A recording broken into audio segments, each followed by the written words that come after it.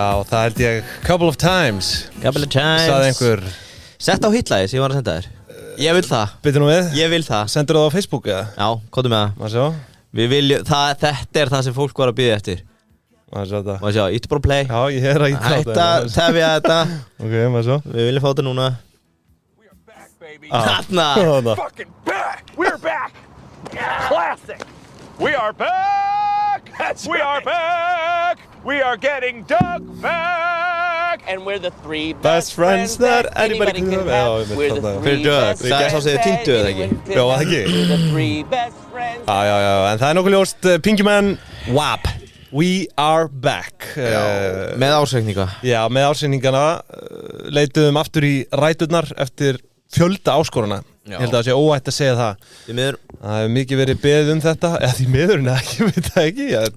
Ég veit ekkert hvernig mér líður með þetta. Já, en það er óætt að segja það að við svona fengum smá, bara svona, þarna áttum við okkur á því, bara svona af hverju við settum þetta í pásu. Já. Þetta er dálítið tímafrekt, þetta er það verður að viðurkennast, en hingað erum við komnir og hérna, we're back. Byrjar eitthvað að horfa á Industry eða? Hvað segirðu? Industry.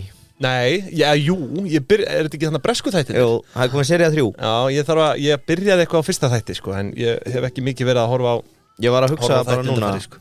að sko, það við sem að byrja aftur Já, það minnir mig svolítið á núna í 3. seríunni, spoiler alert, já, þegar Jasmine biður hérna Kit Haringtonum að míga á læri á sér já, þú varst eitthvað í búin að sturtu. tala um það, já. Þetta er svona blanda að velja hann og skömm Já, að vera mættir aftur.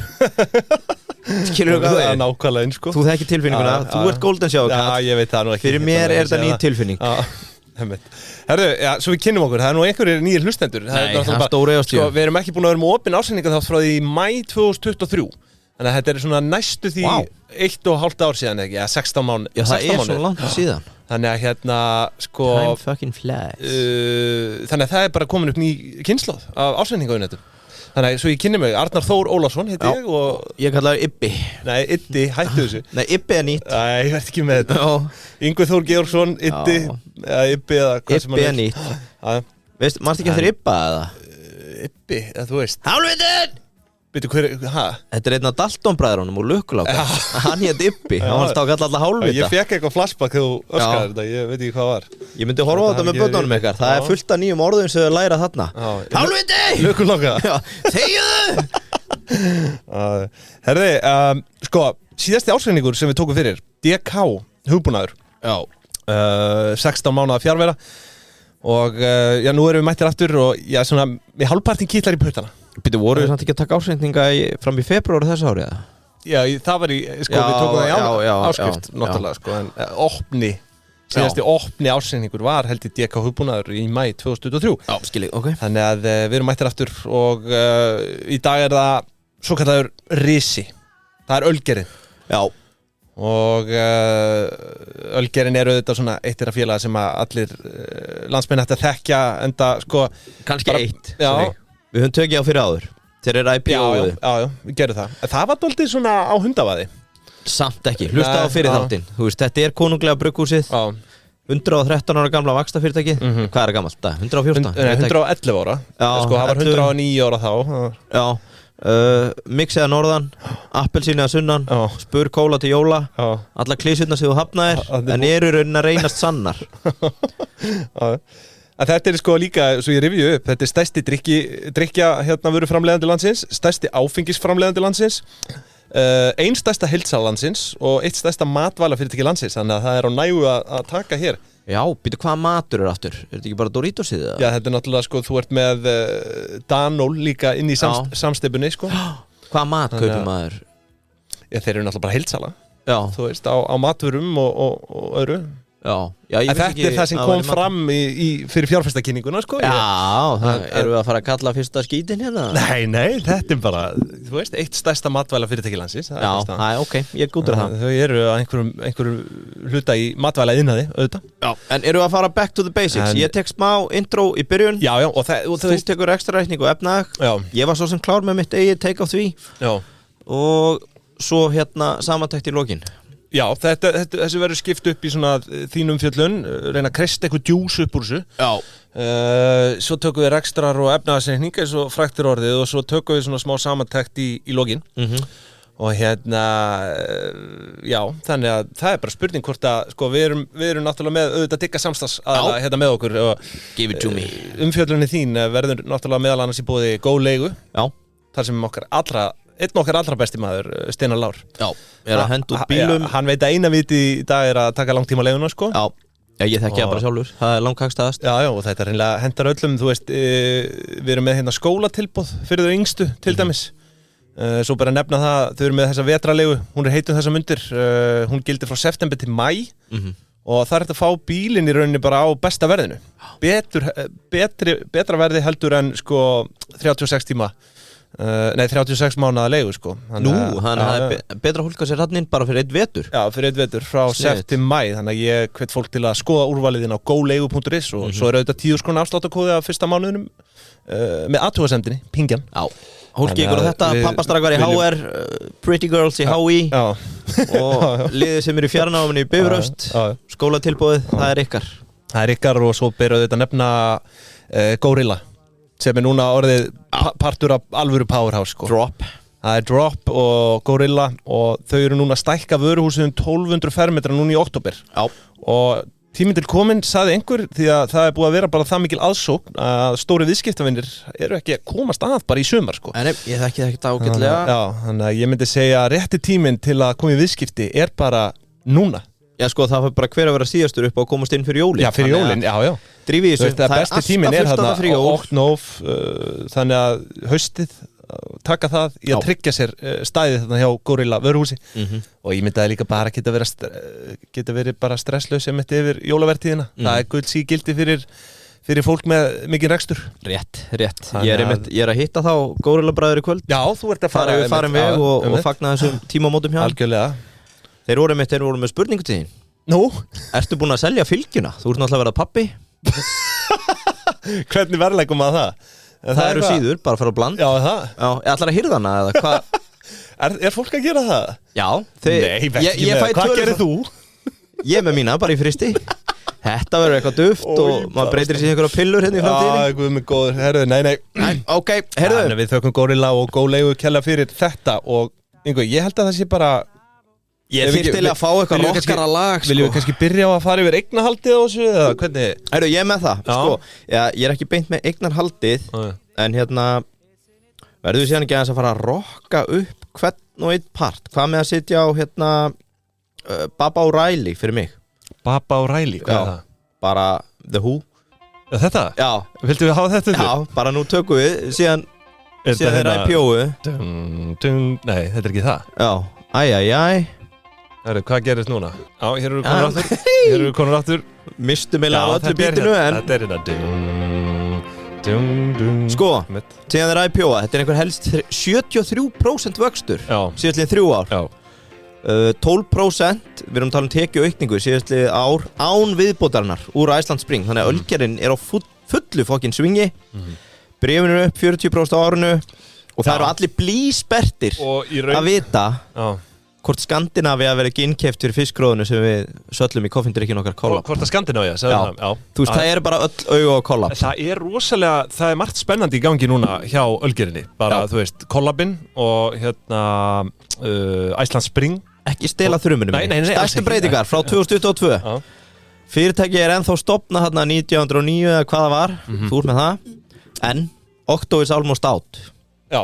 Stjórnarformaðurinn sem var svona eins og Dr. Jekyll meðan Andri er Mr. Hyde hann er farinn en ásamt ennþá eftir 25% hlut í sameiginlegu eignarhaldsfélagi hans og andra þannig að Andri er 75% þeir seldu svo helmingin af því félagi í ölgerinni sem á orðið þá 5,6% til Enter the Motherfucking Matrix Bogi og Linda úr fagköpum They're in Boigi Herðu, þau keiftu helmingin af þeim. Þau eiga núna 10,3% í gegnum Bóksal sem er held í eignarhaldsfélagi þeirra Þungi Smitten og fagköpum og öllu þessu. Já, þau eru á ýmsum stöðum sko. Sindrandi, þar sem þau eiga síðan 10,1% aukalega. Þannig að þau eru stærsti einstaki eigandi í ölgerinu með 20,4% hlut. þar á eftir var held ég lífeyrissjóður verslunamanna eða ríkisins með 7-8%. Það öllum skít saman það er komið nýtt konungsfólk inn í Ölgerina og það Bogi og Linda og bara gefum þeim gott klapp fyrir það. Ekki spurning. Og þetta náttúrulega algengt með fyrirtæki á markaði að við sjáum líbana þarna þunga. Já. Og sko við erum með hérna OA eignarhaldsfélag í rauninni stærsti einstaki það var Októ og Andri sem búið að selja út núna til þú veist, það vissulega búið að selja það núna en þetta miðað við sko ársreikningin sem að ég vissulega að fara sem síðasta ár en það flott að þú sett með nýjustu gögninu sko, þegar Andri okkar kom hérna þú gekk svolítið ómanúlega á hann með þetta vatn Þetta á hvað þetta shady shit og svona Nei, en það virðist vera alvöru vöxtur í vatninu og upp í Ölgeri talaði vatnavexti Hefur þér það? Já, eitthvað Á fjármálamarkaði talaði vaxtavexti en það eru vatnavextir Þarna, og sko, svo við grípum aðeins inn í Q1 uppgjöri Þú ert að fara að taka 2023 Já, ég minnist nú eitthvað á Q1 sko Já, ég svona að reyna að fara yfir á hundavaði hérna kannski svona make or break síðastliðina 2 ára hvað að gerast að þau segi tilkynningu að neikvæð áhrif á rekstur ársins í ár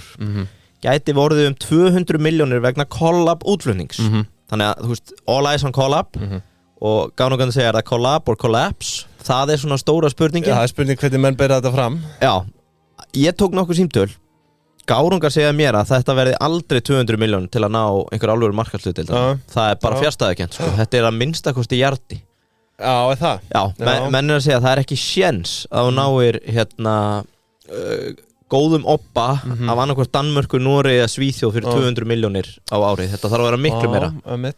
Á sama tíma varst að framleiða þetta hérna og senda út. Þannig að sko, það svona það sem menn að ræða. Er þetta pjúra markaðskostnaður eða verið að taka inn þarna Ég veit ekki, þetta var bara í hérna, kynningunni segir að þetta séu 200 milljónir sem eru neikvæðar inn í hérna, spá fyrir árið þar sem hún breytist með þetta en þeir sem svona fylgjast með úr fjarska segja að það muni þurfa miklu meiri pening og mögulega þú veist bara 200 milljónir þetta ár, 200 milljónir næsta en þetta gæti orðið aðeins inn í framtíðina að við fáum að sjá hvort það verði einhver alvöru vöxtur í kollopin úti Annað áhugaverð saga með Red Bull sem svolítið stál fyrirsögnunum í fyrra og sagan segir að Red Bull það náttúrulega hann maður takið það fyrir að Red Bull sem hafi verið vörumerki stýrt af Ölgerinni samstarf hvað eru bara frá upphafi ansi lengi allavega ákveður að venda kvæðið sínum kross og gengur út úr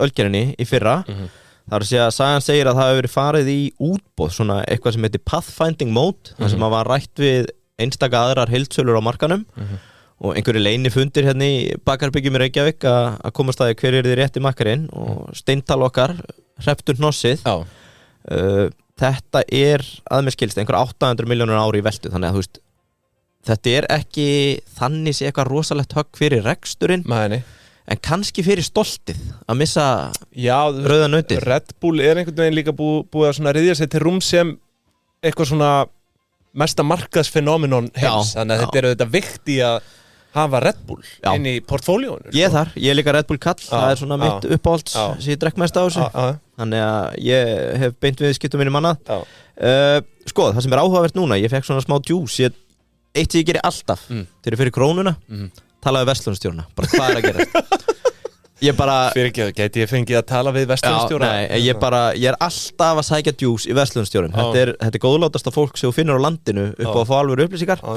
Sko, afhendingin var ekki fyrir núna 1. júlí Það sem var svolítið skemmtilegt í millitíðinni er að Ölgerinn fór í svona ákveðna refskák að reyna að bjarga því sem bjarga var hægt við að vera að missa vörumerkið og mér skildist hérna að það hafi bara verið offlótað öllum lager inn á stórmarkaðina fyrir 1. júlí sem svo sem eðlilegt í ljósi þess að þeir voru ekki að fara að gera neitt annað við þetta sem gerði síðan það verkum að þegar Steindal taka við þá var náttúrulega miklu minni sala hjá þeim út af því að það var bara búið að negla öllum lagarnum inn en númer 2 að það var farið í hérna markaðsátaka preppa alla bari landsins fyrir nýjum drykk, varstu búin að heyra þessu? Nei, og hvaða drykkur var það? Bara koffín Hefurðu drukkið hann?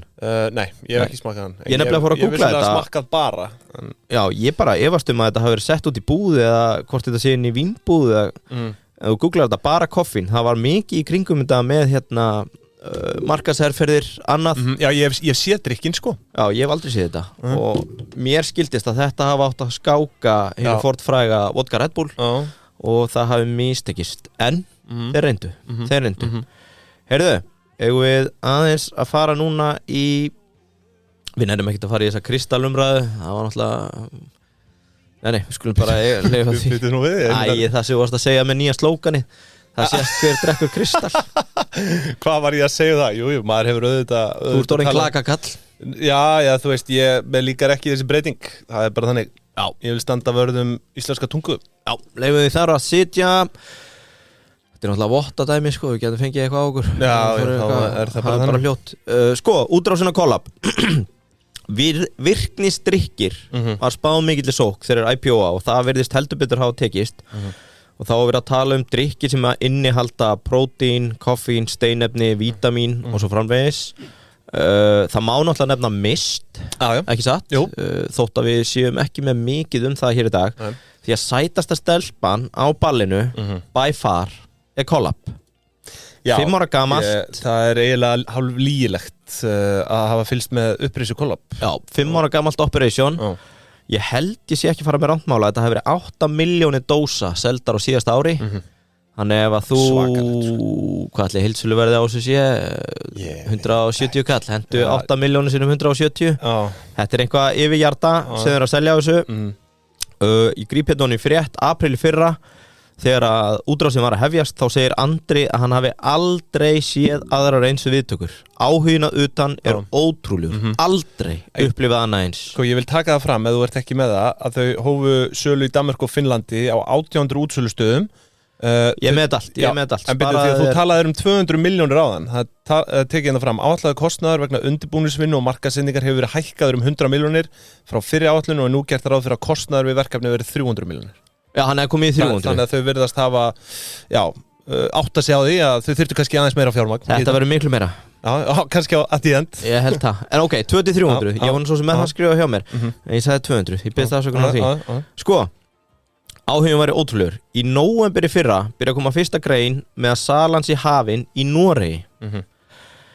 Gunnar B. Sigurgeirsson, aðstofforstjóri sem sá útflutning, var þar í grein að segja frá því að byrja að væri að selja kemur það aftur og eftir en sko löngsaga stutt starfi hans var lagt niður núna í apríl sem að segir okkur örugglega eitthvað hvernig þau stóðu sig þarna í Noregi gruna mig það var allavega ekki að ganga það vel að menn ákvaða að leggja niður jobbið fí fan, ég held að sé hitt við tekin Erna Hrund Hermannsdóttir og gárungarnir sem við ræddum á markaði segja hún með mesta pressu allra vörumerkjastjóra á landinu á bakinu að láta þetta ganga upp það er ekkert lítið þannig ég spyrir Ernar, mun hún bogna, mun hún brotna stendur hún bein ég bara vona innilega að henni takist verkið hvað er í þínum björtustu útreikningum sem þú ferði yfir á eftir ef að kollab meikar það í Danmörku, Svíþjóð, Finnland og Noregi hvað erum við að tala í veltu? 50 milljarð á ári? Já, veistu, þetta náttúrulega bara spurning sem að ég held að allir séu að spyrja sig úti núna.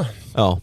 Og Edda, pressan er ekkert lítið. Nei, ég meina sko, við verðum átt okkur á því að ölgerðin, nánast öll hennar velta er innanlands, hefur verið hingað til. Já, akkurat. Og þetta er bara, ótrúðin slóð að fara í útrás með einhvern drykk.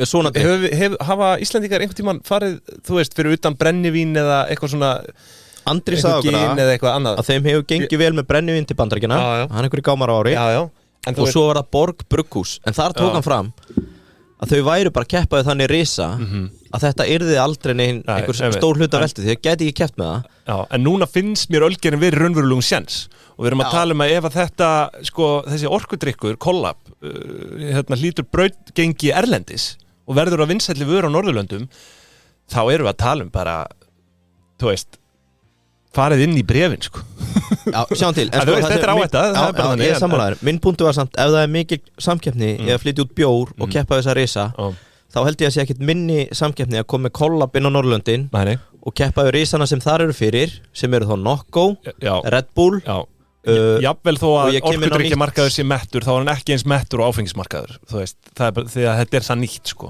Já, þetta vaxtarspróti erlendis líka þarna, út af því að þetta þessi virkni sætuefni og kólsýra og þú þekkir þetta. Aftur á Noregi Ert þú að skýra hana Edda pressa út? Það er svo mikið pressa á kollapsölunni. Nei, ég hef ekki lagt það í vana minn Edda pressa En það er Herðu, aftur á Noregi Það er ábyrgð hennar herðum Og sko, ástæðan fyrir að þau tala ekki það mikið Noreg í nýjustu kynningum er að þau lönsa í búðinni Kinsarvik Naturkost Ok Googlaðu Kinsarvik Naturkost Allt og mainstream búðarna Nei, en þetta var í nóvember í fyrra og mögulega bara svona aðeins verið að testa vatni sko en ég er með kvíslara víða á Norðurlöndunum kvíslara mínar í Oslo og Bergen þeir hafa aldrei sér kollab út í búð og þegar ég sagði heimamönnum að þetta væri Kinsarvik Naturkost þá var spurt hvort ég væri eitthvað að djóka núna Ertu eitthvað að sprella?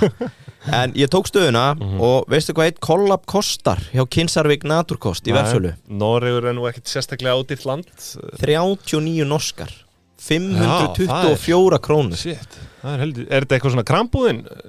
Nei, þetta er bara þú veist, þetta er bara eins og að kaupa af Livju eða eitthvað Þú veist, ef þú skoðar þessa síðu þetta er bara eitthvað svona heilsu síða eða Livja síða eða eitthvað, ég veit það ekki Þannig að ég held við getum salta Noreg eins og sækir stand í dag hins vegar með að við nýjustu upplýsingar þá er lögð mikil vikt í Danmörku og þar eru það bil 1000 af þessum 1800 búðum sem þú ætlar að koma inn á áðan ég hafði samband til dreifingaraðilan hjá þeim sem heitir bambina.dk og laugði að ég var að flytja til Kaupmannahafnar og þyrfti að geta keypt kollab út í búð og þau segja mér að þetta sé selt í sumum 7-Eleven Blika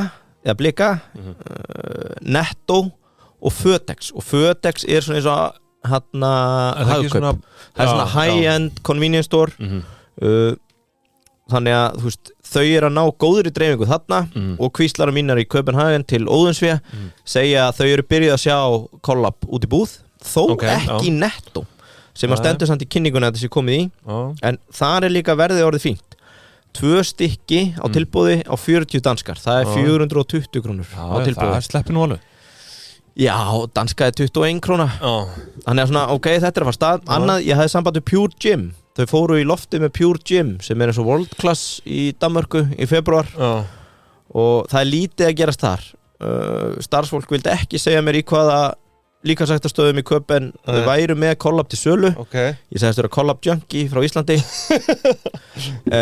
Ég finn hins vegar hérna frétt frá því febrúar eða Facebook post þar sem þau posta mynd af rauða, bláa og ljósblá kollab og segja sér tilbúið að kaupa 2 stykki á 30 krónur Fyrsta komment er svo frá Úllu Pálsen það fekk 13 like þessi póstur Flott með alla þessa pósta frá okkur en getið ekki nýtt tíman í að setja sápu á klósettin Það hefur ekki verið nein sápa á kvennaklóstinu í 3 daga Þetta er bakteríubomba Sá heldur bókhaldið maður Svo vantar líka klósettpapír Þannig að viðbröðin við þessum pósti frá Pure Gym voru ekki sérstök en það er samt mikil trú á því að þetta muni takast betur í Danmörku Þau eru líka komið áhrifavald á sín snæri Ég sá það Hvað heit hún? Pernille Nielsen eða eitthvað og hún kom til Íslands og var í ægilega fínu svona myndband að drekka kollab í Skylagún og fleira Þannig að all eyes on DK eins og sakir standa Maður hefur séð þessar orkudrykkja auglýsingar vera bara áhrifavöldum vafnar sko Já Þú veist þetta þau taka fram hérna íslenska áhrifavalda sem þau eru í samstarfi við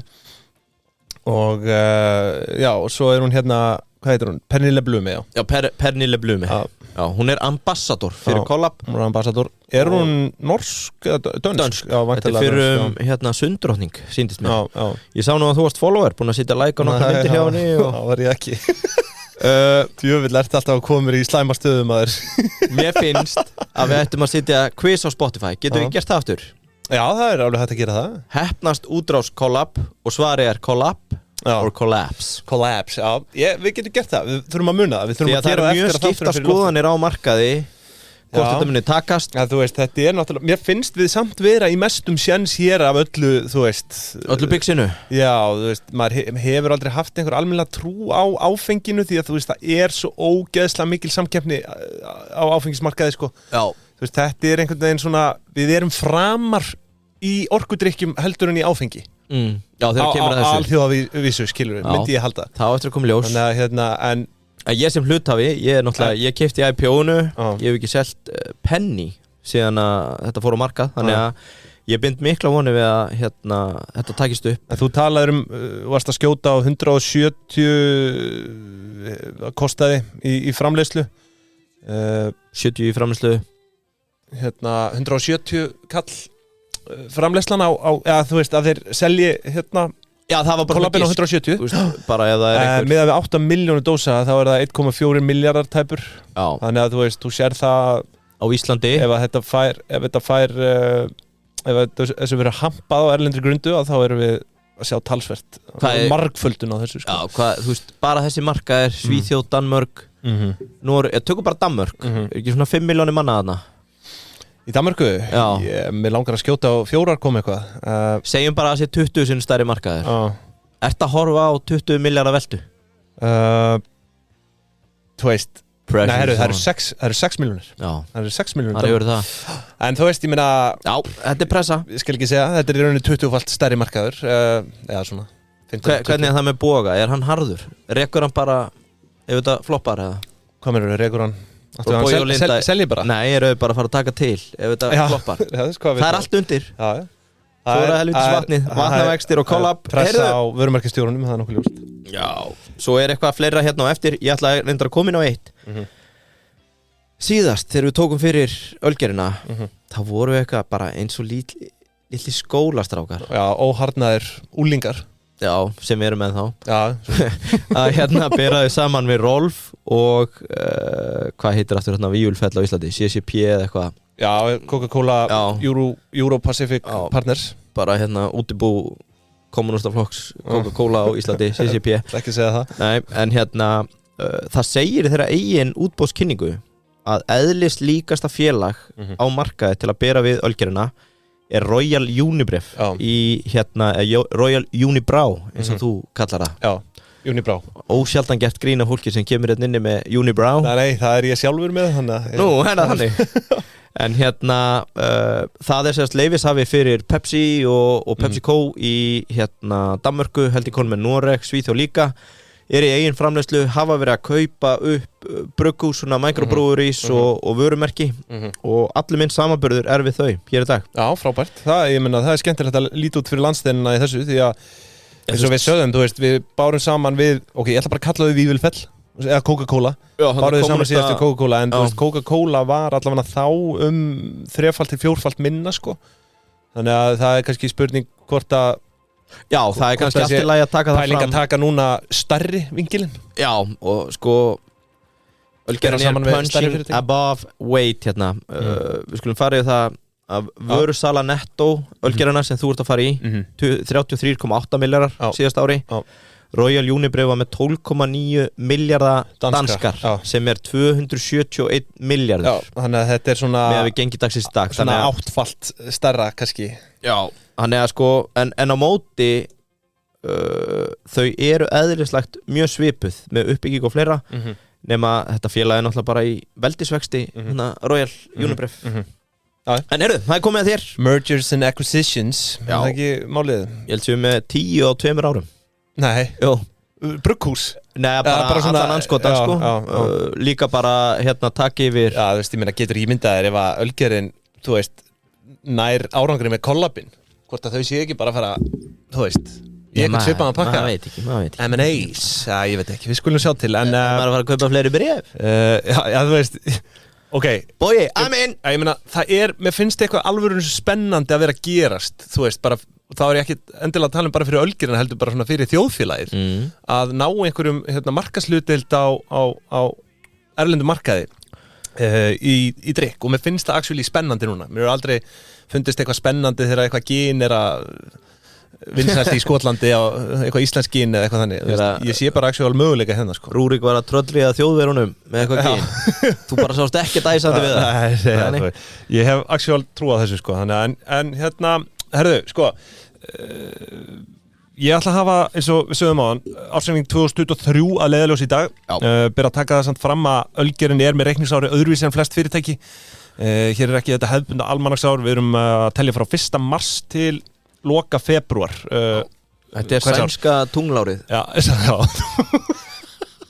þú nefndir þetta síðast líka Sænska tunglárið á bröndurum sem verður alltaf fyndin held ég. En það er óætt að segja að þetta er að deyja út þetta reikningsár sko. Við erum að sjá þetta í talsvert minna mæli en áður og fólk farið að styðjast við almanaksári. En já, við munum þá skoða rekstur Ölgerarinnar frá 1. mars 2023 til 29. febrúar 2024. En ég vil eitthvað taka það fram að það er komin út nýr árshlutareikningur fyrir fyrsta fjórðungu þessu ári. Já. Það er að segja fyrir tímabili 1. mars til 31. maí 2024. En það hafa í rauninni ekki orðin eina stórfelldar breytingar á efnahagsreikningnum frá lokum síðasta rekstrarárs.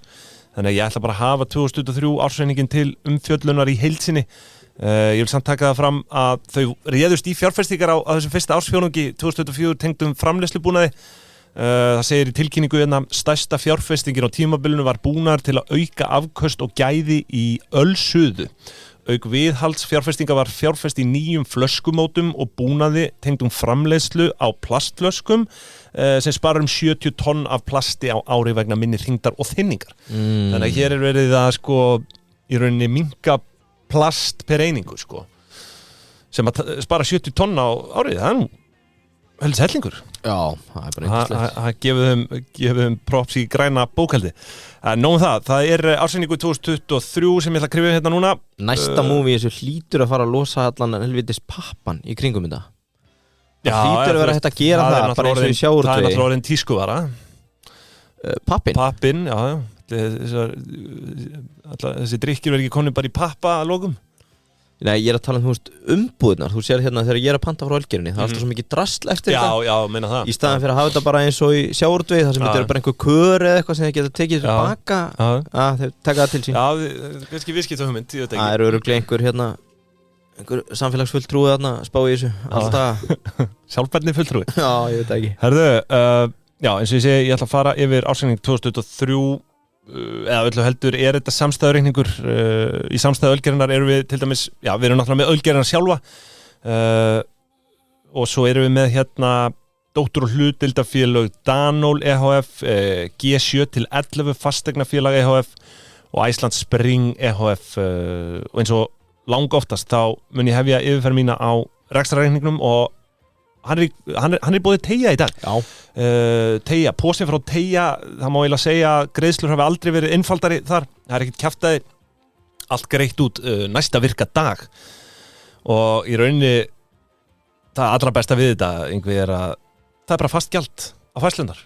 Allt upp á borðum eftir að hefur fengið tilboð frá þeim. Og þú veist, ekkert pólitísk kjaftaði, bara einn ískaldur og Teygja pósi á kantinum. Já. Engin skuggar, engin undan skot. Báður sem því, Teygja og Gorilla væri náttúrulega hinn fullkomna tvenna eða út með netverslun. Þú ert með viðskiptavinn sem fær sendingu samdægurs í svona 85% tilfella, þá er það þannig. Svo farið greitt daginn eftir frá Teygja. Þannig að þú veist, allir hoppandum að kæti. Ég mæli innilega með því að fólk kynni sér Teygja þegar kemur að greiðslulausnum. Yngvi, hefur þú eitthvað meira það að segja í bili eða? Ég hef ekkert meira Teygja að segja annað en að skrá sig og þegja. Herðu, var þessi bara sami núna? Já, þetta var bara að koma. Takk fyrir það. Þessi var ruglaður, þökkum Teygja kærlega fyrir samstarfið, rekstrarreikningurinn er í þeirra boði. Teygja, bara skrá sig og þegja. Já, nei, þú sagðir eitthvað annað þannig milli. Ég hef ekkert meira Teygja að segja annað en að skrá sig og þegja. Já, þetta er hörkugóð punktur, við þurfum að skrifa þennan niður.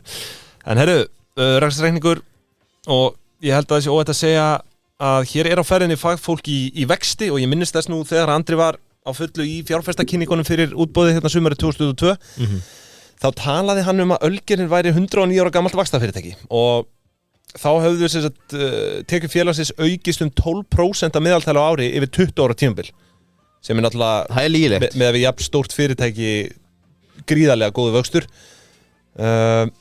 og það er eiginlega hálflígilegt að líta á tölunar hjá þeim síðustu ár því að á milli áruna 2020 og 2021 þá er vörusala aukast 21,7% milli ára 21 og 22 er hún að aukast 20,7% og svo núna milli 22 og 23 er hún að aukast 18%. Svo á milli 2020 og 2023 vörusalan hjá þeim aukast 73,5%. Já, það það sem ég sagði fyrsta punkti. Þetta unreal. Þú veist, þetta bara, sko, þú veist maður, svona smá einhvern veginn hlóa af þessu vaxta fyrirtæki, ég rætt yfir 100 ára og bara svona rótgróið, sko, en þetta eiginlega bara bilað og það greinlegt að það verið að fjárfesta í auknum vexti þarna, sem vel og við fögnum því. En svo það, sko, ef við skoðum aðeins tekjurnar hérna, það vill þannig til að í þessum gera vörusala ekki það sama og hrein vörusala. Þau þurfa að standa skil á gjöldum af hluta vörusölunar sem eru áfengis og skilagjöld. Já, akkurat. Og þau eru alltaf einhvern veginn svona filteruð frá. Sko við erum með vörusölu ölgerarinnar á síðasta rekstrarári, við erum með 45,4 milljarðar króna. Svo eru þessi áfengis og skilagjöld dregin af. Þau voru 11,6 milljarðar, svo eftir stendur hrein vörusala í 33,8 milljörðum króna, takk fyrir. Og ef við tökum vöxt bara á hreinni vörusölu hjá þeim, þá raun prósentan að hækka á milli 22 og 23, þannig að vöxturinn á hreinni vörusölu 20,3%. Og ef við tökum frá árinu 2020 til 2023, þá erum við að sjá 81,4% vöxt á hreinni vörusölu.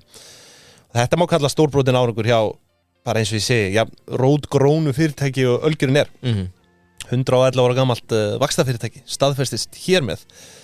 Nú, aðeins skiptingun á tekjum félagsins, þau skipta þessu sjálf hérna í Egils áfengt, Egils óáfengt, Danól og útflutningur. Og sko þær eru reyndar bara gefnar upp fyrir áfengis og skilagjöld, en ég geri fastlega ráð fyrir því að þessi gjöld séu dregin frá, sko,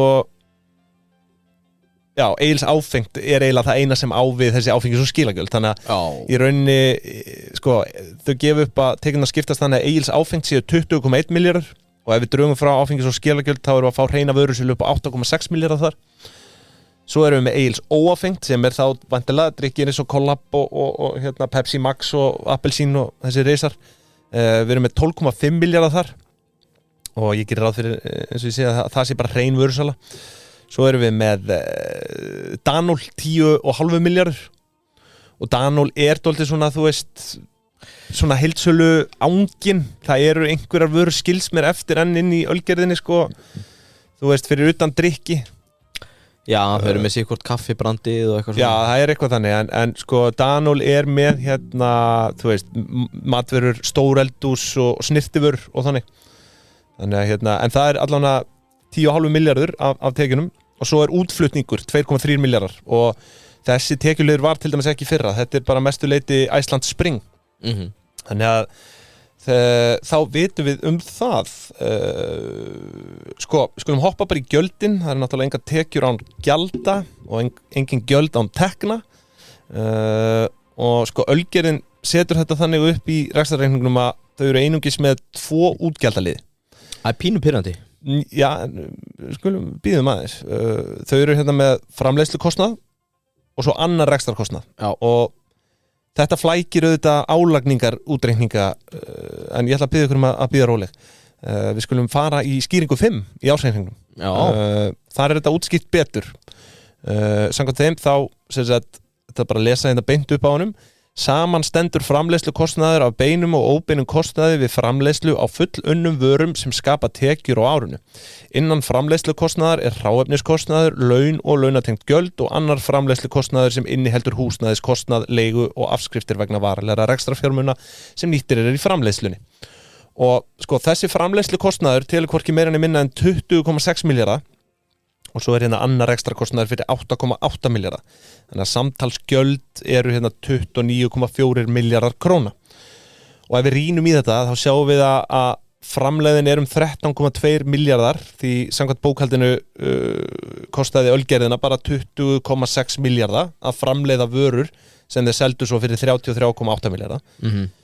Og ef við myndum henda í álagningar útreikninga hér þá eru þau að leggja 64,3% ofan á vörurnar að meðaltali og að meðaltali og eins og ég nefndi á hann þá smá flækjustigi á þessu vegna þess að þetta blanda af sölu bæði framleiddra vara og svo heildsölu og maður myndi halda að ef þú hefðir góð tök á framleiðsluferlinu að þá sé meira smurt ofan á framleiðslu Framleiðin herrið þar. Já, þannig að heldur en heildsöluna. Það að segja að þú getir selt eigin framleitu vöru með meiri álagningu heldur en heildsöluvörunar. Það kom líka bara fram í öllum kynningu öllu að það hærri framleið af eigin sölu heldur en leyfismerkjum og franchises. Sko, ef við köfum aðeins dýpra í sundluliðin á þessum 29,4 milljörðum króna útgjöldum, þá sjáum við inn í þeim erum við með vörunótkun upp á 18 milljarðar króna og vörunótkun í raun annað orð bara yfir kostnaðarverð seldra vara. Svo ef við viljum skoða álagningu hjá þeim án þess að telja með eins og launakostnað og afskriftir og fleira, þá erum við að horfa á 87,9% álagningu. Og til að útskýra fyrir hlustendur sem átta sig ekki á þessu, þá er oft erfitt að telja nákvæma álagningu hjá svona framleiðslu fyrirtækjum, en auðvelt kannski hjá fyrirtækjum sem framleiða ekki vörur þetta sjálf, tökum bara einhverja fatabúð sem dæmi, þá er þetta að reikna bara beina álagningu með því að sjá kostnaðarverð seldra vara hjá þeim voru 100 milljónir en selja fyrir 200.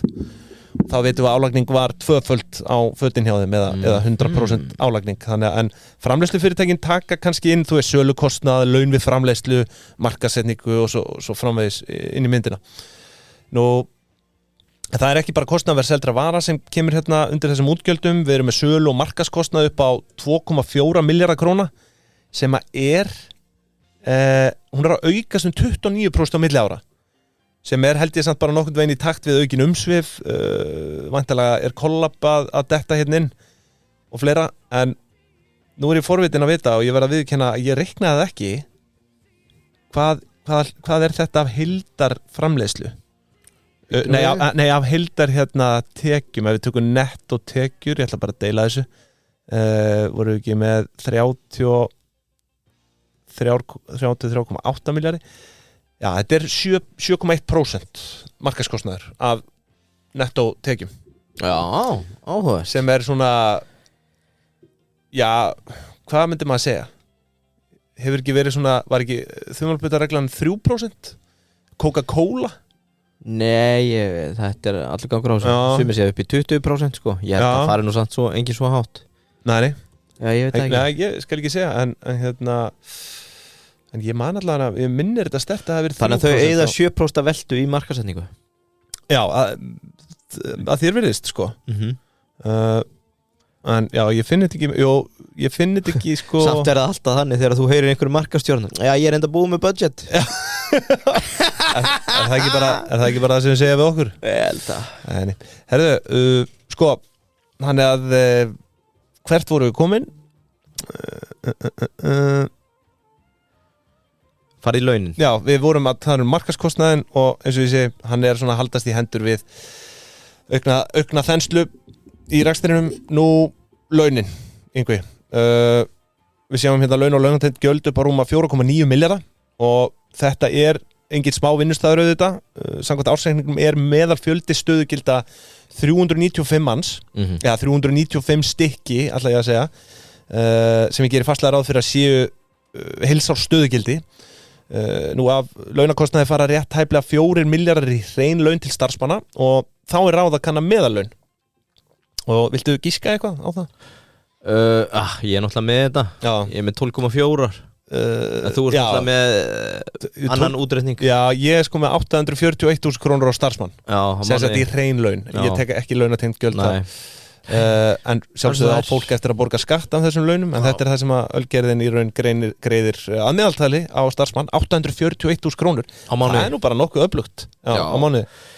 Ég er nefnilega, þegar þú segir öflugt þá er ég hjartanlega sammálaðir því að ef ég tek hérna Danina vinn okkar, þá er sko Royal Unibrow með 2 milljarðar danska í hérna, og ég er með hérna sinnum 21 á öllu, þannig að slakið á gengi sérfræðingar. Þau eru með 3.984 starfsmenn að meðaltali, þannig að þau eru með meðalaunakostnaði upp á 10,7 á mánuði, á meðan að Ölgerðin er með 12,4 samkvæmt mínum 10,7 á ári. Já, sem sagt laun og launatengt gjöld. Já, akkurat. Þannig að þetta er svona eðlislíkt, hlutfallið líka. En þú veist, það sem kemur mér eiginlega á óvart í þessu er hvað lágt hlutfall launakostnaðurinn er hjá þeim. Þetta er ekki nema 14,6% af tekjum. Og hérna er miðað sem sagt er við þessa hreinu vörusölu, það er tekjur eftir áfengis og skilagjöld. Og það er 15,7 hjá hinum, þannig að þau eru alveg fáránlega líki í öllu sko. Já, en þessi eins og eftir að koma í ljós hér síðan. Þetta hlutfall hefur verið að fara lækkandi sko. Launa, já. Þau takaði líka sérstaklega fram þess að sko í kynningunni, svo ég fari hérna á hundavaði í það, þá takaðu fram að minni yfirvinna, vaktarálag og lækkun orlofsskuldbindinga draga úr hækkun launakostnaðar. Þannig að hérna þau eru greinilega up to something með þetta. Þannig að hérna en bara vel gert, segi ég. Og það er bara, þú veist, ég held líka bara að þessi nýja framleiðslulína sem var mikið rætt hérna fyrir útboð hafi örugglega staðið fyrir sínu sko. Örugglega hérna myndaði eitthvað svigrúm, en svo er að sjálfsögðu líka svo er tilgreint þetta laun líkistjórnenda og stjórnar, og þar eru náttúrulega nokkur kunnuleg nöfn sem að bera nefna, góðvinur Pingjunar og forstjórinn sjálfur auðvitað, Andri Þór. Hann er með 67 milljónir rúmar í laun, hlunnindi og árangurstengt laun yfir rekstrarárið. Það gerir að meðaltali 5,6 milljónir króna á mánuði, sem er fínt tjekki, við tökum því alveg. Mikil ábyrgða staða, myndi ég segja, og ég held að við séum alveg sammáluð það, það er búið að vera það góður vöxtur hjá Ölgerinni að það er vel hægt að réttlæta laun sem þessi. Svo erum við hérna með hann hefur staðið fyrir sínu. Já, ég held að það sé ekki spurning. Svo erum við hérna með stjórnarmeðlimi, við erum með Magnús Árnason, einnig góðvinur þáttarins, stjórnarmaður með 3,7 milljónir yfir árið fyrir setu sína í stjórn. Já, gamli Nóa-sjefinn. Já, og svo er hérna okkar kona, Gerður Huld Arinbjarnar, Gerður í Blöss, einnig stjórnarmaður með 3,9 milljónir fyrir setu sín í stjórn. Hún hefur því miður ekki komið til okkar í þáttinn, svo ég ætla kannski ekki að segja góðvinur þáttarins, en hún er á Hall of Fame. Nei, hún er á Hall of Fame, myndi ég segja. Það er ekki spurning, en þetta er alveg gríðarlega vel mannað hérna hjá þeim upp í Ölgerð, það er ljóst. En já, þá er ég svona búin að telja upp þessa helstu útgjaldaliði. Launalega sé það. Já, kostnaðarseldra vara, laun, markaðskostnaður. Svo eru þetta einhverju liðir hérna eins og annar rekstrakostnaður og svona dóttir í annar framleiðslukostnaður. Inn í öðru rekstrakostnaði er oft bara leiga á húsnaði. Þau er náttúrulega leiga fastegna sem er í eigu G7 til 11 fastegnafélags, sem er í þeirra augu og inn í samstæðinu, þannig ég er ekki alveg viss hvort að það komi undir sko annar rekstrakostnað eða hvort það núllist út. Já, vantar eitthvað svona proforma reikning á þetta. Já, en allan er tekjur þess félags G7 til 11 sem er grjóthál 7 til 11 þarna sem fasteignum sem þau eru í.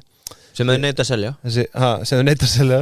En tekjur þess félags námu sko 836 milljónir króna á rekstrarárinu, og allar tekjur voru við tengda aðila, svo ég ger ráð fyrir að þessi legan sem móðurfélagið er að borga sko. En til að loka þessu þá sagði ég að sko, ég sagði að heildargjöld væri hérna 29,4 miljardar sem ég ætla að leiðrétta, því að gjöldin voru í raun 28,4 miljardar því að flokkuðu hérna afskriftir sem gjöld sem ég hef nú ekki lagt í vana minn. Og sér í lagi vegna þess að EBITDA tekur ekki mið af afskriftum, en EBITDA félagsins eru hvorki meira en minna en 5,5 miljardur. En já, EBITDA er það sem þýðir earnings before interest, taxes, depreciation and amortization, sem á íslenskum á þýða sem rekstrarhagnaður fyrir vaxtagjöld, skatta og afskriftir. Og hvað er aftur amortization? Sko, kaninn náttúrulega telur sko depreciation sem afskrift af efnislegum eignum og amortization sem afskrift af óefnislegum eignum. Þannig að þú veist, á íslensku notuðu bara afskriftir yfir þetta bæði. Afskrifa þetta bara áfram. Já, nákvæmlega. En sko, eins og ég segi, EBITan hjá þeim 5,5 miljardur og það gerir 12,1% hlutfall af tekjunum, og það er það sem við köllum EBITDA framlegð. Gríðar öflugt myndi ég segja, hafa verið að auka framlegðina bara statt og stöðut að minnstakosti síðustu 5 rekstrarár, þannig að það hefur verið stanslaus vöxtur í EBITDA framlegðinni hjá þeim sem er gríðarlega vel. Hvernig færð þú 12,5 ef þú deilur með 5,5 í 33? 12,1. Já, leitu það út fyrir mér. Nei, ég tek af heildar tekjunum, 45. Já, þú tekur af hérna? Já, það ger ég ekki. Nei, en það er það sem að þau gera, og svo sem, ég meina, make a sense, þetta er heildar sala, sko. En þau gera þetta, ég bara vil koma því á framfæri. Já, ég ætla ekki að láta plata mig út í það. Þú kóar ekki með þessu? Nei, ég horf á 6,3% hjá þeim og 17,1% hjá Royal Unibrew. Já, ok. Þau eru bara innan við prósentstig í öllu. Hvernig eru áfengis og skilagjöld hjá Royalin? Ég hef ekki hugmyndu það, þeir eru ekki einu svona útskýra. Þeir telja það ekkert. Nei, Nei, ég meina, Nei, þú veist. hvað er þetta spá í því? Já, ég veit ekki, þetta nú eitthvað sér íslenskt held ég, en bara svona til að Rannsóknarskatturinn. Já, rannsóknar, já. En svo ég var að koma inn á sérstaklega inn á afskriftinnar því ég nefndi þar aðeins áðan. Afskriftir eru rúmum milljarður króna sem að í rauninni þá dregst frá EBIT-unu og verður að EBIT. Það hefðu að afskrifa það sem að heitir vanlega rekstrafjármunir, undir þá falla fasteignir, bifreiðar, vélar, áhöld og tæki og svo framvegis. Og Olli er afskrifaður, bara eitthvað 40% hverju ári sko. Megum ekki gleyma Ólanum. Já, hann er bara eins og rafmagnslaupahjól sko. Það er bara 40% á hann. Nú, svo er þetta fjármunatekjur og gjöld og hér er fyrsti liður á blaði áhrif af rekstri hlutdeildafélaga sem er að skila þeim 395 milljónum króna í kassan. Þetta eru Iceland Spring EHF og Endurvinnslan. Ölgerðin á 20% hlut í Endurvinnslunni og svo 51% hlut í Iceland Spring. En þau juku hlut sinn á þessu rekstrarári úr 40% í Iceland Spring upp í 51% sem tæknilega séð gerir það að dótturfélagi en ekki hlutdeildafélagi. En ég ætla ekki að vera að flækja þetta allt og mikið en þetta er allavega hluti á hagnaðanum er að leita þarna inn á rekstrarreikning þar sem þetta gerðist á árinu. En svo er það næsti liður og það er fjármunatekjur, það er raun bara vaxtatekjur, þau eiga þarna skuldabréfaeign og sömuleiðis liggja þau einhverja handbæri fé sem væntanlega liggur á einhverjum fínum vaxtareikning eða sjóð eða hvað það nú er. Vaxtatekjur voru 105 milljónir. Því næst eru það fjármagnsgjöld sem eru þá bara vaxtagjöld og þessi gjöld telja hátt í 1.994 milljónir króna á árinu. Helvítið þungt sko, en förum aðeins nánar yfir það í efnahagsreikningum á eftir. Svo er einhver örlítill gengismunur fyrir örlitlar 2,4 milljónir jákvæður og þá er eiginlega bara komið að því sem að allir er að bíða eftir og það er hagnaðurinn. Hagnaður upp á tæplega 4 milljarða fyrir skatt.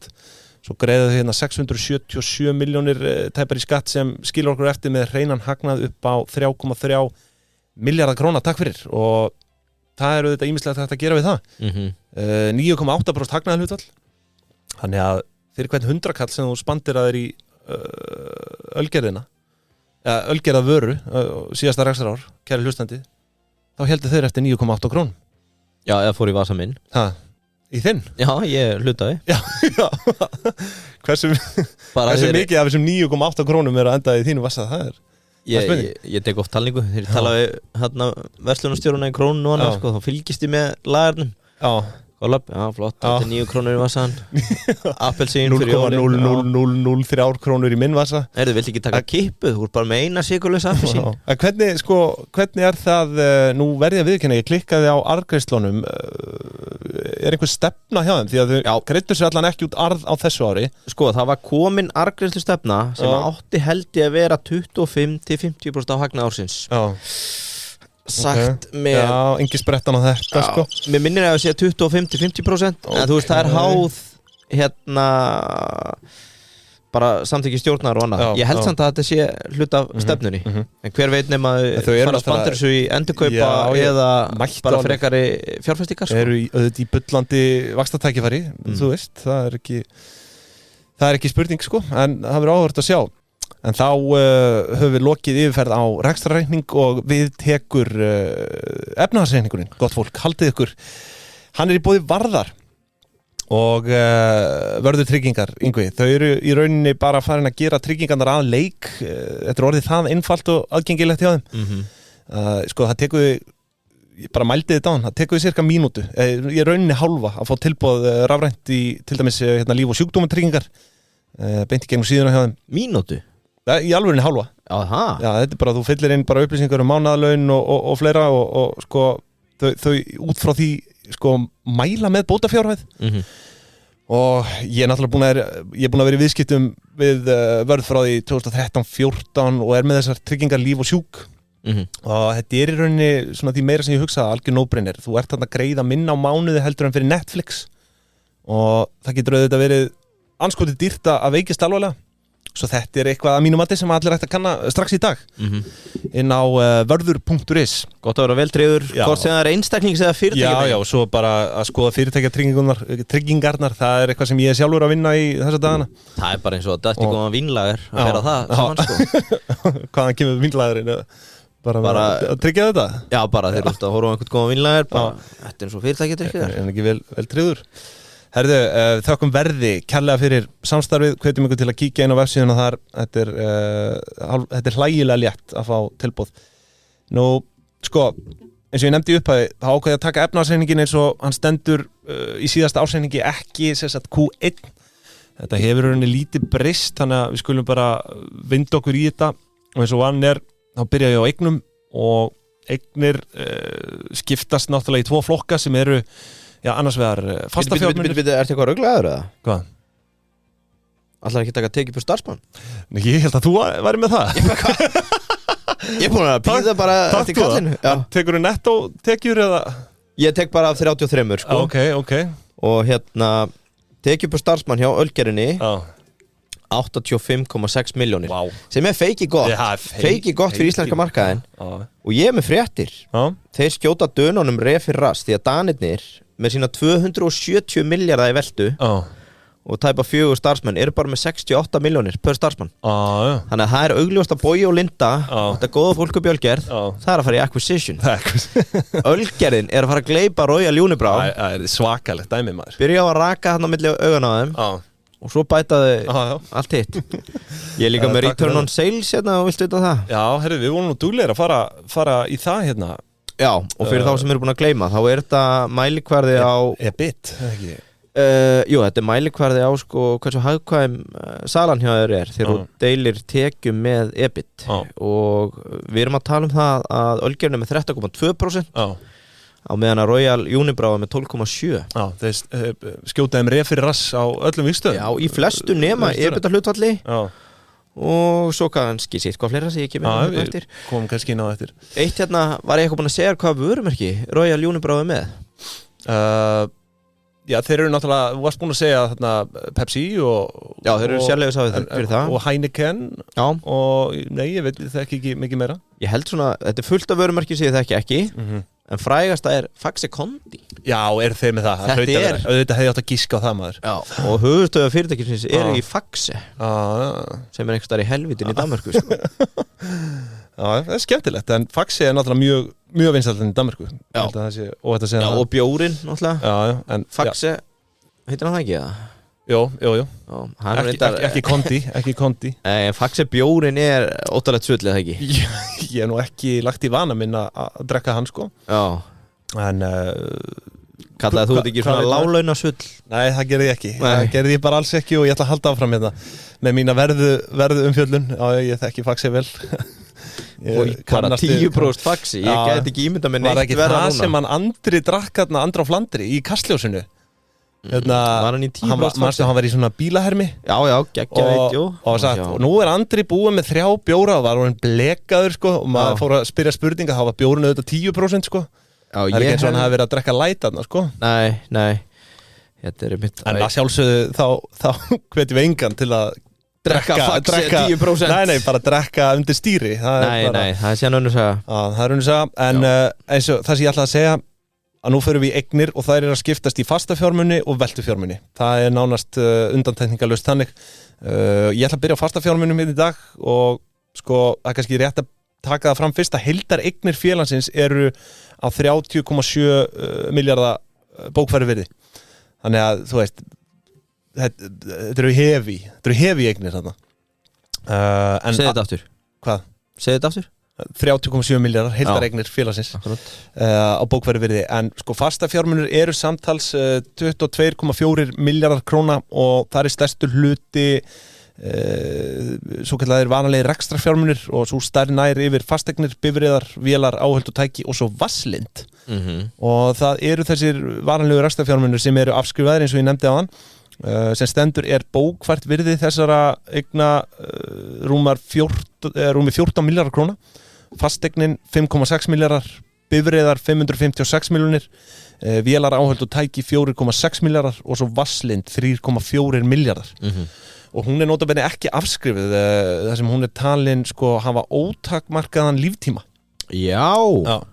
Í samkvæmt bókum félagsins en ég man að Andri saði nú við okkur á sínum tíma að hann ætlaði nú ekki að kalla líftíman ótakmarkaðan en En það gert svona svo kallar virðisrýrnunarpróf á þessari vatnslind álega með aðferð frjáls sjóðstreymis þannig að tjekkað hvort að eitthvað hafi rýrnað í þessu og það væntanlega niðurfært eða uppfært þannig að en samtals eins og ég segi vanlega rekstrarfjármunir rúmir 14 milljarðir sem nánast bara helmingur af heildareignum hjá þeim nú næsta stærð undir fastafjármunum eru svo óefnislegar eignir sem innihalda viðskiptasambönd og vörumerki bókfært virði vörumerki 6,1 milljarður og þar undir eru við með sko, þú veist, virði þeirra vörumerki sem að Ölgerinn á og þau segja hérna í skýringum óefnislegar eignir eru einungis eignfærðar þegar líklegt að hagræn ávinningur tengdur eigninni muni nýta samstæðinni og hægt að meta kostnaðarverð eignarinnar með áreiðanlegum hætti og þú veist, hérna eru við væntanlega með vörumerki bara eins og appelsín Já, þú veist, og hann tók sem verður aldrei selt talaði nú það í síðasta þætti að hann myndi ekki selja það fyrir 2 milljarða en nóg það undir þessum óefnislegu eignum eru við líka með viðskiptasambönd fyrir 1,2 milljarða og þar með eru fastafjármunir nánast upptaldir það koma hérna 3 stærðir í viðbót sem samtals summerast upp í tæpa milljarð við erum með húsaleiguréttindi 132 milljónir skuldabréfaeign fyrir 397 milljónir og svo eignar hlutir í hlutdeildarfélögum 422 milljónir og þetta eru áðurnefnd félög endurvinnslan 20% hlutdeild sem gerir í rauninni 422 milljónir og svo Icelandspring 51% sem bara 0 krón á 0 króna bókfæri virði hérna og það vegna þess að félagið telst núna sem í rauninni dótturfélag og fellur þar að leiðandi undir rekstur samstæðu svo erum við með hinn hlutan af eignum, það eru veltufjármunir þeir eru samtals 8,2 milljarðar og þar eru vörubyrðir stærsti hlutin af sumunni eða 3,4 milljarðar og hér þá viðeigandi að skoða velturhraðan á byrðunum hjá þeim þá tökum við kostnaðarverð seldra vara og deilum því með meðalstöðu byrða á milli ára og fáum stöðulinn 6,71 og það sem þessi tala segir okkur eða á að segja okkur að Ölgerinn að endurnýja byrðir hjá sér svona 6,7 sinum ári og til að sjá þetta í dögum þá finnum við svo kallaðan biðtímabyrða og deilum þá 365 með velturhraðanum og fáum 54,4 þannig að út frá þessum tölum á að Ölgerinn endurnýja lagar hjá sér á 54,4 daga fresti og þar hafið þið það. Þetta 5,4 og 67 hjá Unibrow. 5, já, ok, þannig að þeir eru með hægari velturhraða í raun. Þannig að ég myndi halda að þetta væri bara svona sæmilegt hlutfall sko. Ekki svo sem sérfræðingur í þessum tegundum fyrirtæki eða byrðastýringu en hérna, þú veist, það ekkert að öskra á mann hérna. En svo að næsta stærð undir veltufjármunum það eru viðskiptakröfur upp á samtals 3,2 milljarða og þú veist, hérna eru við með bara eitthvað sem að hengur fram yfir áramót oftast það er oft gert svona niðurfærsla á viðskiptakröfum ef eitthvað tapast og þannig, eitthvað svona áhættumat en þessar viðskiptakröfur að skiptast í bæði innlendar og erlendar og langstærsti hlutin þó innlendur. Hvað ætli gerum við allt óselda jólaölið? Já, það reyndar góð spurning. Er það bara Valla er hérna endurpakka næstu jól eða? Já, ég stórlega efast það. Ég held að þessi sé nú bara sullað. Ætli Olli drekki það bara? Hvað hvers aðför á Olla þetta hérna? 40 lítrar sem Olli drekkur þarna. Já, en herðu, við erum hérna svo með handbært fé upp á rúman 1,5 milljarð liggja á svo sem ágætis pingju þarna svona kannski ekkit mikið hlutfarslega endilega en stóru uppæð enga síður og svo lokum erum við hérna með undir veltufjármunum aðra skammtíma kröfur fyrir 91 milljón og þar með það upptali veltufjármunir samtals 8,2 milljarðar og heildar eignir 30,7 og herðu, þá færum við okkur yfir í skuldirnar og þær skiptast líkt og eignir í tvennt, langtíma skuldir og svo skammtíma skuldir. Ef við byrjum á langtíma skuldum þá sjáum við stærsta hluta af þessu eru vaxtabyrjandi langtíma skuldir upp á rúma 4,4 milljarða og mest þetta innlenda skuldir, það er eftirtekt að vera lækkun hérna á milli ára. Fara úr tæplega 8 miljard króna langtíma skuld niður í 4,4 milljarða. Og sko líkleg skýring á þessu bara hér vextir voru bara farnir að bíta eins og ég nefndi í rekstrarreikningum áðan borguðu tæpan milljarð í vaxtakostnað á þessu rekstrarári og ég viðraði mitt bara áhyggjur mínar fyrir 2,5 ári síðan yfir nákvæmlega þessu þegar þau voru á leið á markað þá var þessi stærð vaxtabirandi langtímaskuldir sem að í rauninni hét þá bara skuldir við lánastofnir hún stóð í 8,2 milljörðum króna og svo sem ástæðan fyrir því að ég viðraði áhyggjur mínar sem sagt var svo ég kvóta með orðrétt þá segi ég, það stingur í augun að sjá þessa breytilegu vexti með það sem koma skal hjá Ásgeiri og félögum í Seðlabankunum þannig að einhver myndi segja að ég hafi reynst sannspár þarna Já, ég finn líka kvót frá þér þar sem þú sagðir að faxi væri láglaunadjús ég verð ekki með þetta Láglaunasutt sko, ég vil taka það fram að meðalvextir á þessum lánum hjá þeim voru þá 5,7% á þeim tíma 2022 fyrir útboð en voru nú í lok febrúar 2024 11,1% takk fyrir Þú veist hvað er að gera? Tæp 2% á vexti Þú veist hvað er að gera?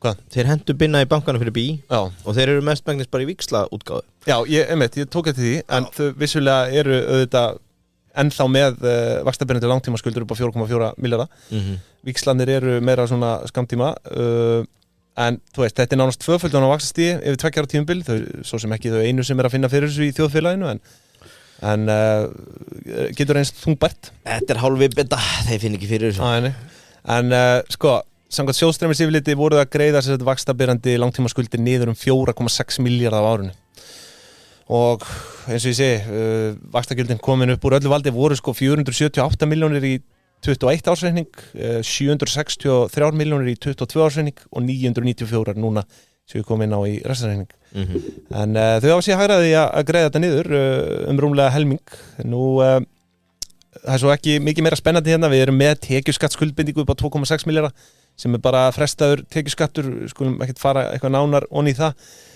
svo er húsalegu skuldbinding fyrir litlar 119 milljónir og samtals eru við því með langtíma skuldir fyrir 7,1 miljard nú skamtíma skuldirnar eru örlítið hærri 8,5 milljarður þau eru sko með vaxtabirandi skamtíma skuldir upp á 2,2 milljarða sem eru bæði innlendir og erlendir víxlar eins og þú nefnir það eru yfirlega bara svona óvertrið lán bara með stuttan líftíma svo erum við með næsta árs afborganir 567 milljónir það er þá næsta árs afborganir af langtímalánum svo erum við ógreitan tekjuskatt 556 milljónir og viðskipta skuldir upp á 2,8 milljarða og þetta er svona 50-50 innlent erlent við erum með 1437 milljónir innlendar viðskipta skuldir og 1385 milljónir erlendar Svo til að loka þessu erum við með aðra skamtímaskuldir upp á 2,4 milljarða og samtals eru því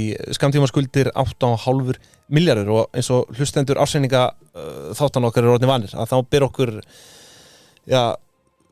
skylda að skoða skamtímagreiðsluhæfi þessa félaga og til þess notum við yfirlega 2 kennitölur, það eru veltufjárhlutfall og lausafjárhlutfall og hér eru við með veltufjárhlutfall sko 0,97 og þetta hlutfall viljum við að sjálfsögðu sjá það skríða yfir ásinn og þeim hefur í rauninni tekist það samkvæmt efnahagsreikningi dagsettan 31. maí 2024 sem sagt Q1 en voru í 0,97 þarna sín áramót og þú veist, þetta er bara allt í góðu, þú veist, ásinn er bara flottur en svo erum við með lausafjárhlutfall og þar erum við með sko í rauninni veltufjármuni mínus byrðir og við deilum því með skammtímaskuldum og þetta er til að sjá sko bara svona skammtíma greiðsluhæfi fyrirtækja og lausafjárhlutfallið er stendur í 0,57 þannig í lok áramóta en stendur í 0,61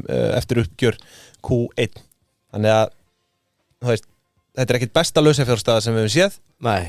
en ég hef samt ekkit allt og miklar áhyggjur á þessu ég held að stjórnendur gerir það ekki heldur en samtals skuldir því langtíma plus skamtíma 15,6 milljarðar og ef við deilum því með heildareignum þá fáum við skuldahlutfall upp á 51% og þetta er þeirra lægsta skuldahlutfall að minnstakosti svo langt aftur sem gögn mín ná eða til 2004 og þau hafa statt og stöðut verið að lækka þetta skuldahlutfall bara árlega frá 2013 þegar það stóð í 94%. Þannig að það að stór batna hérna og sko það reyndar hækkaði örlítið við síðasta árslutu uppgjör Q1 upp í 51,6 en við svitnum svo sem ekki yfir því. En sko, já, þau eru greinilega bara on a mission. Já, hérna. Ég held að Jón fjármálastjóri hann hati skuldir.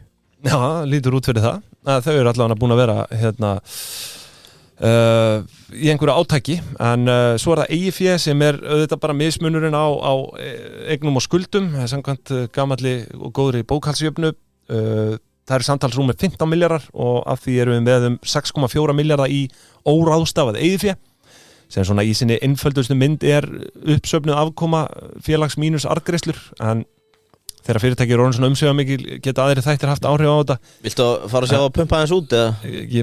Það allan svigrúm, það svigrúm, við ætlum ekki að neita því hérna en svo spurning hvenar bara skynsamlegri ákvörðun að fjárfesta í rekstrinum. Já. En sko, eins og ég segi, ég ætla ekki að kafa djúpt ofan í eigin fjárfestingaryfirlitið, ég mæli samt með að fólk skoði það, þetta sundurlega alveg í þaula. En þetta gefur okkur eiginfjárhlutfall upp á 49%. Svo sem gefið skuldahlutfall 51%, þá eiginfjárhlutfall 49%. Og þar með eiginlega bara yfirferð minni lokið og hérna, já, þetta bara lítur nokkuð vel út þarna í ölgerinni. Mér finnst þetta áhugavert, við kannski komum inn á það í samantæktinni hérna eftir. Þetta play með að vera að lækka skuldir svona, nú þetta komið bara neyri 50-50 sko og svo sem ekkit óðalegt fyrir gamalt og rótgróið fyrirtæki að lækka skuldahlutfalli sko en hérna en já, við skulum fara aðeins yfir þetta á eftir en áður en við gerum það þá hef ég fengið með mér í lið Yngvi Fentimans. Já. Þar erum við með sko tonic og ginger beer fyrir hvítflibrana. Ginger ale. Já, þú veist, köllum við ekki ginger beer. Nei, ég nefnilega með mikilvæga skýringu. Eitt sem að verður að ítreka með Fentimans að þú ert að kaupa í Moscow Mule sem mjög iðilega gert þegar þú ert að fagna einhver staðar og hérna svona eins og sleppa þér og verður að kaupa ginger beer frá Fentimans, ekki ginger ale. Ginger ale meira til að sippa á. Ginger beer það sem þú blandar við fyrir góðan Moscow Mule. Ég myndi svona að segja Fentimans, þú veist, þetta rollsinn. Þetta rollsinn í allavega, já, tonic og ginger leiknum, sko. Já. Það ekki spurning. Fæst á öllum flottustu veitingahúsum landsins. Og menn fulli sér tvöföldum meðan þeir fylgjast með kollabinu. Collapse or collab. Já. En þetta ótrúlegt vöru úrvalina, sko. Við erum með pink grape, fruit tonic, við erum með, Valencian orange tonic. Þetta svaka, þetta svo rausnalegt. Rausnalegt, lítur vel út. The fancy tonic. Já, og það með Fentimans sem að ég kynni nýjan mælikvarða sem við verðum með alltaf í samantæktinni. Fentimans kvarðin? Já. Ok. Heyrðu, köllum þetta Fentimans kvarðan? Já, eða ekki. Mér finnst það skemmtilegt. Og það núna í fyrsta skipti í sögu Pingjunar. Þá ætlum við að reikna markasvirði starfsfólks. Já, herðu, það sem að ég gerði hérna með... Þú hefur reglulega tekið fyrir hendur og reiknað virði lífs. Já. Nei. Gegnum heilbrigðisrekstur og annað og ert með þína jöfnu fyrir hverjum ég að bjarga og öðrum ekki. Ég hef látið mér næja að reikna þetta fyrir félög og markaði. Félög og markaði? Já. Hvað með þetta á eftir? Ég ætla að segja frá Jómfrúnni að sjálfsögðu líka sem okkar diggi. Áður en að Fentimans kemur? Já, nei, þú tekur það bara inn í samantættin á eftir. Já, ok. En við þökkum Fentimans að sjálfsögðu kærlega fyrir samstarfið og viljum líka minna á Jómfrúna sem miðstöðin. Það miðstöðin, það miðstöðin, laumufundirnir, þeir eru oft haldnir á Jómfrúnni. Passaði samt að fara ekki of langt inn, þá getur við verið með ríkisstjórnina þarna. Ráðherrar að spjátra sig þarna, sína sig og sjá aðra. Sjáu mig, ég ger ekki neitt, en ég mætti á Jómfrúna. Það ekki svona sirka og þar fáðu að vera í friði. Þetta griðastaður fyrir fjárfesta og önnu fíbl í þjóðfélaginu, þannig að þau bara njóta sér vel það. Og fyrir bara alla líka, þú veist, ég minna rækjupíramidi og rósbíð timbraðmannsins, þetta fyrir alla. Allir velkomnir. Við þökkum Jómfrúnni kærlega fyrir samstarfið og dembum okkur þá yfir í samantæktina hérna á þessu og þú kannski, tekur fram Fentimans kvarðan. Fentimans kvarðin, sko, markasvirði ölgerarinnar as of today 19. september er 47,8 miljardar og ég var ekkert að Svakalegt markasvirði maður. Já, og þú varst með starfsmenn 395 þannig að við getum reikna hvert virði starfsmanns í 121 miljón hjá Ölgerinni því miður þá bætir Royal Unibrew þetta gott betur markasvirði þeirra er 29,2 miljardar danska sem að reiknast í 613 miljardar. Þetta er stærri en Marel ég held að þetta sé stærri en Alvo þessi fortfræga bruggkeðja frá Danmörku en það gerir 154 milljónir per starfsmann þannig að fentimannskvarðin í dag hann liggur þannig að það fá sér allir gin og tónik en Royal Unibrew aðeins sterkari þegar kemur þessu annað, current EV2 EBITDA sem er svo sem alltaf að kíkja á fyrst þetta eru 2 félög skráða markaði það er current 14,3 hjá Royal Unibrew var 20 í byrjun árs þannig að það hefur aðeins gefið undan Ölgerðin er á sama tíma í 9,59 en var 8,6 þegar ég fara á markað og eins og sagði ég þeirra eigin kynningu þá var meðaltalið af samanburðarfélögum 16 sinnum EV2 EBITDA sem er sem sagt enterprise value eða heildarvirði fyrirtækisins sem er mælikvarði sem er mikið notaður Þannig að ég og aðri hlutar Ölgerðina segjum bara að við erum undirverðlögð við eigum svolítið inni ég meina, þú veist þú ert að leiða líkum að því hérna Já, með að við markvantaran allavega en það eru stórfellt tækifæri þarna hjá Ölgerðinni ég tekundi það vatnaverkir, vextir kollab, mögulega mistið eitthvað inn í erlendis Já, sko mistið er náttúrulega líka farið að sko reyða sér til rúms bara í prótein á heilsu, hvað köllum við þetta svona fæðubóta markaði er komið prótein? Það er prótein þannig að það er flott það heitir mist uppbygging og sigurlaus próteindrykkur virkaður með mátulegu magni af koffíni Já, svo er ég með eina fabulegur lokin og eiginlega skamma á Ölgerðina að birta þetta ekki þetta er eiginlega fyrsti metrik sem kemur allstað fram hjá Royal Unibrew og það hvað er selja mikið í hektolítrum Í hektolítrum?